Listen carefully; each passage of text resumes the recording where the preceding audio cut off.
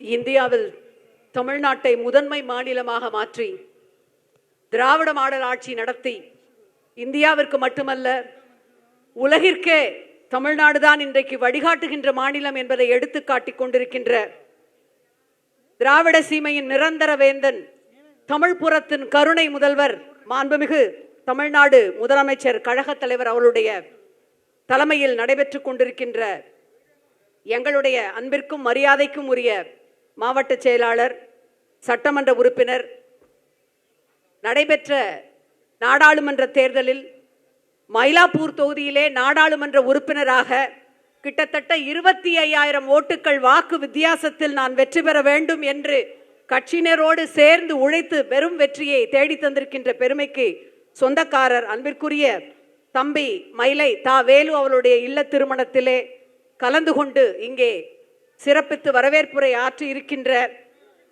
நாளைய தமிழகத்தினுடைய எதிர்காலம், தமிழகத்தின் புதுமை கைத்தடி அன்பிற்குரிய துணை முதலமைச்சர் உள்ளிட்ட அனைவருக்கும் அன்பான வணக்கம்.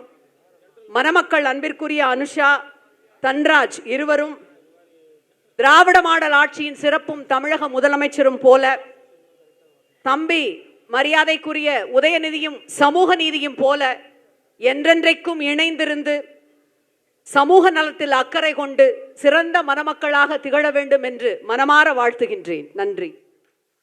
திராவிட மாடல் ஆட்சி நடத்தி இந்தியாவிற்கே முன்னோடியாக திகழ்ந்து கொண்டிருக்கின்ற கழகத் தலைவர் அவர்களின் நல் ஆசியுடன் சிறப்பாக வரவேற்புரையாற்றிய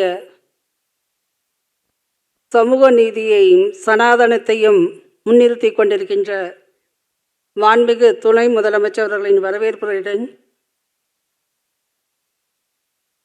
அண்ணன் மயிலை வேலு அவர்களின் இல்ல திருமண விழாவிற்கு இங்கே வருகை புரிந்து சிறப்பித்துக் கொண்டிருக்கும் அனைத்து அமைச்சர் பெருமக்கள் உள்ளிட்டவர்களுக்கும், சட்டமன்ற உறுப்பினர்கள் மற்றும் அனைத்து சகோதரர்கள், தாய்மார்கள் அனைவருக்கும் என்னுடைய அன்பான வணக்கத்தை தெரிவித்துக் கொள்கிறேன்.